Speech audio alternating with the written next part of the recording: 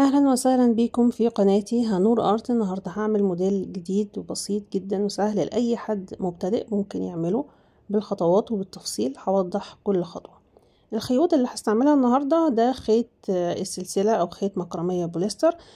استعملت الخيوط دي قبل كده في شنط، والنهارده هكمل بالخيوط دي شنطه جديده هستعمل فيها شبك بلاستيك مقصوص جاهز. الشبك مربعات كبيره، مقاس المربعات 4 ملم. أبعاد الشبك بالسنتيمتر موضحة على الشاشة، وبالنسبة للطول هيكون 36 سنتيمتر. هيكون معايا اكسسوارات حلقتين من المعدن. الحلقتين دول لازم تكون كل قطعة فيهم مناسبة للجوانب، يكون المقاس مناسب معاها، وقفل مسطرة أو أي قفل تاني متوفر أو متاح عندك. قفل المسطرة بيكون معاه 3 مسامير بتتركب فيه، ومعايا سلسلة معدن وطول السلسلة 1.4 متر. ممكن أستعمل أي نوع تاني من السلسلة، لازم التلاتة يكونوا نفس اللون، ذهبي او فضي. معايا كمان ابرة معدن او ابرة بلاستيك، ابرة تنظيف. الابرة دي بستعملها في عمل الغرز، وبفضل الابرة المعدن لان هي بتعيش وقت اطول. سمك الخيط هيكون 4 ملم. ده عرض الخيط او سمك الخيط 4 ملم. يفضل ان انا يكون معايا لون فاتح في عمل الغرز. لو المربعات كبيرة 4 ملي بسحب زي ما انا عايزة، ممكن اسحب 1 متر. الخيط بيستحمل، مفيش اي مشكلة. لما بقص الخيط بلسع طرف الخيط بالنار وبلزقه، وبقص خيط من اللون التاني بكون مجهزاه علشان هشتغل بلونين من الخيط زي ما بتبقي عندي من الخيوط.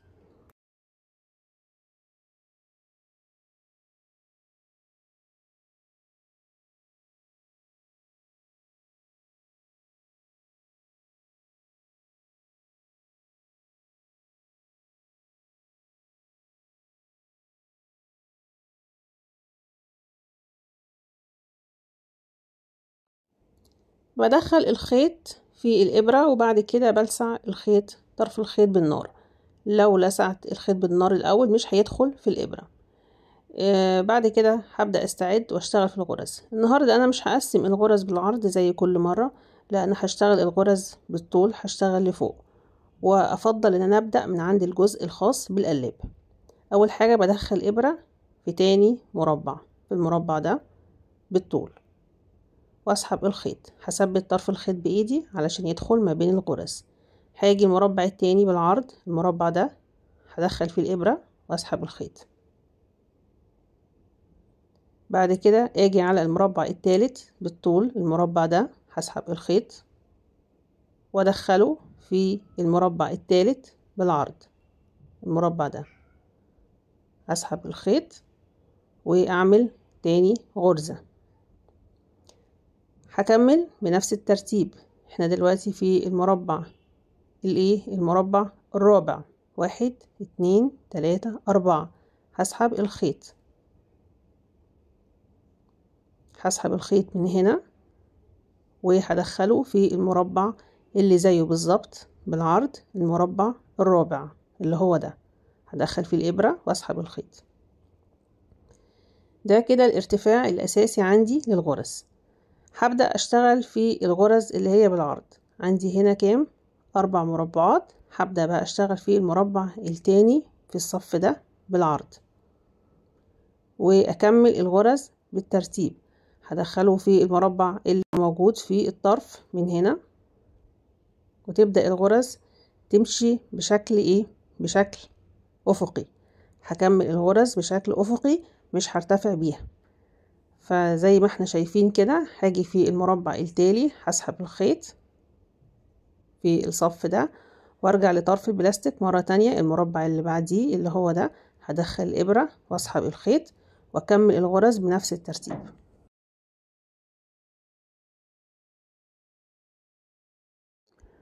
ومن الناحية التانية هنلاحظ ان طرف الخيط دخل ما بين الغرز لغاية لما يختفي تماما، واكمل الغرز بنفس الترتيب لغاية نهاية الصف.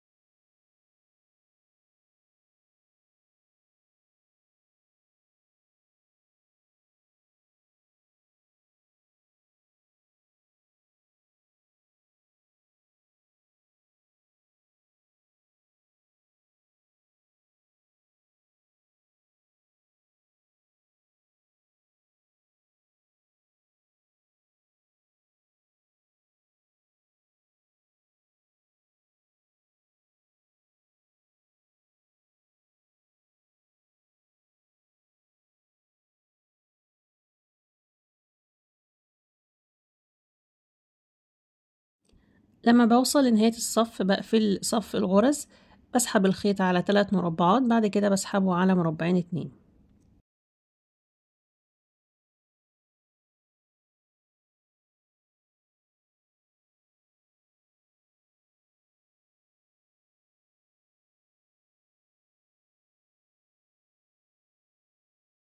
بكده يكون اكتمل أول صف من الغرز، وده بيكون شكله من الناحية التانية، وهنشوف شكل النمط مع بعض.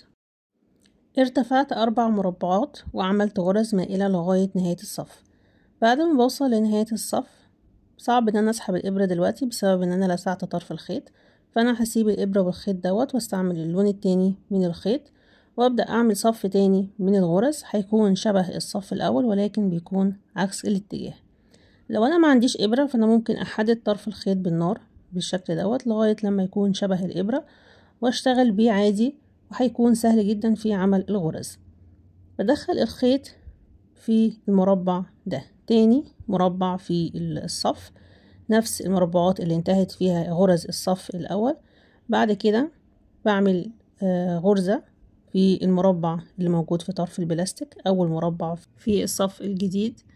بعد كده بدخل الخيط في تالت مربع في الصف اللي انتهى فيه الغرز، وبسحب الخيط وبدخله في المربع الموجود في طرف البلاستيك في الصف ده، وطرف الخيط من الناحية التانية بثبته بين الغرز.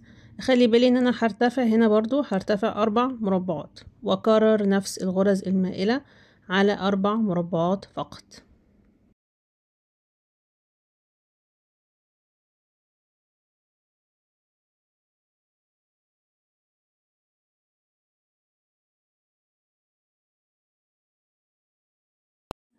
بعد صف الغرز ده اول مربع، التاني، التالت، الرابع، بوقف الغرز هنا. بعد كده ببدأ اكمل الغرز المائلة في الصف الرابع من اول هنا، هشتغل بشكل افقي واكمل الغرز المائلة لغاية نهاية الصف.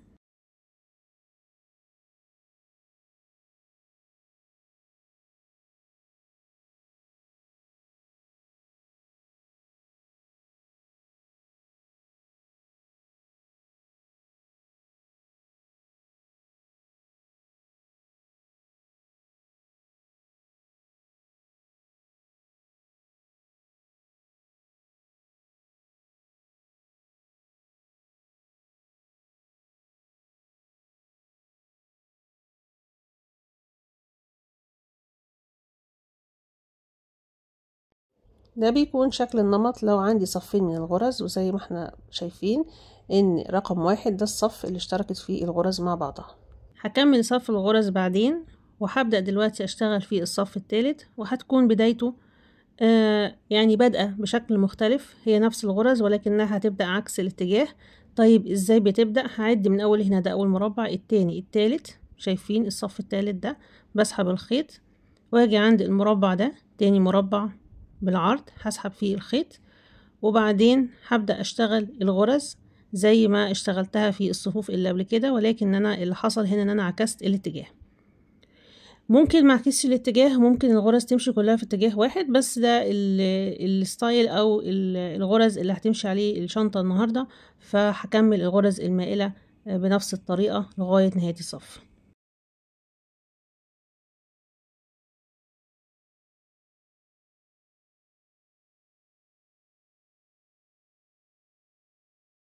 أعد من أول مربع، 1 2 3 4، ده الصف تشترك فيه الغرز، وبعدين 1 2 3 4، ده الصف هتشترك فيه الغرز، 1 2 3 4، وهكذا.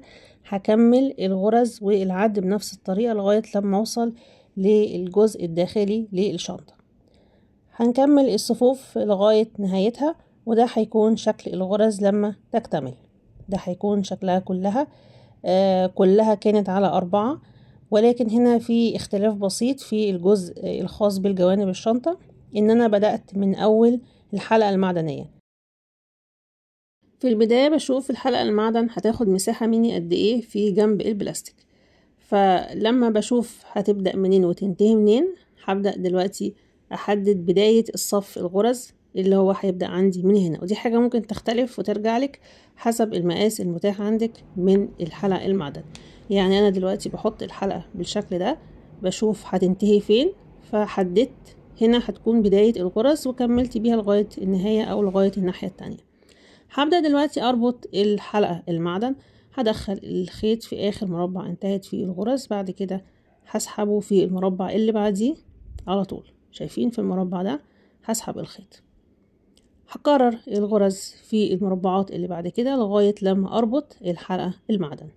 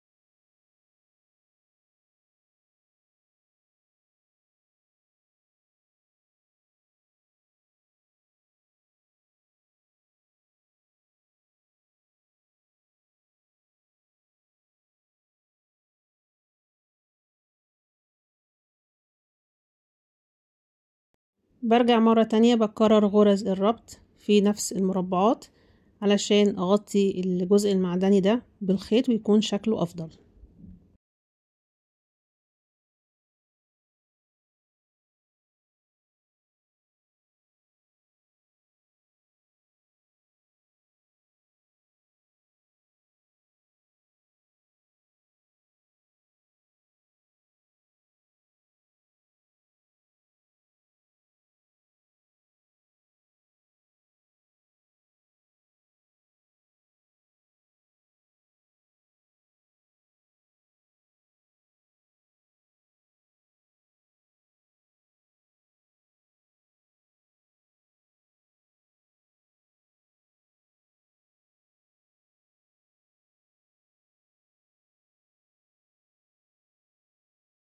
بعد ما انتهيت من ربط الحلقة المعدن هبدأ دلوقتي أكمل صف الغرز اللي أنا بدأته من تحت الجنش، هكمله من فوق وهيكون الغرز في نفس الاتجاه. بسحب الخيط على مربعين، بعدين 3 وبعدين 4، وبكمل صف الغرز المائلة لغاية نهاية طرف البلاستيك.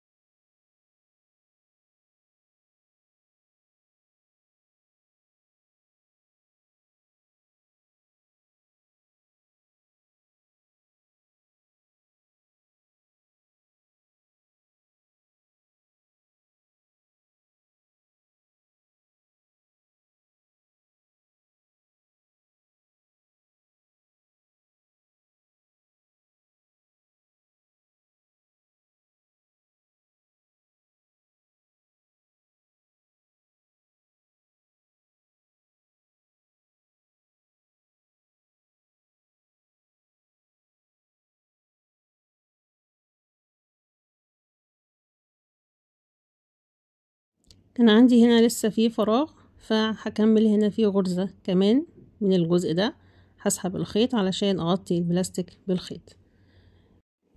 اكتمل عندي اول صف من الغرز، هبدأ اعمل الصف التاني بلون مختلف، وهتكون كتكملة لصف الغرز الموجود قبل الجنش، وهتكون الغرز في هتاخد نفس الميل ونفس الاتجاه.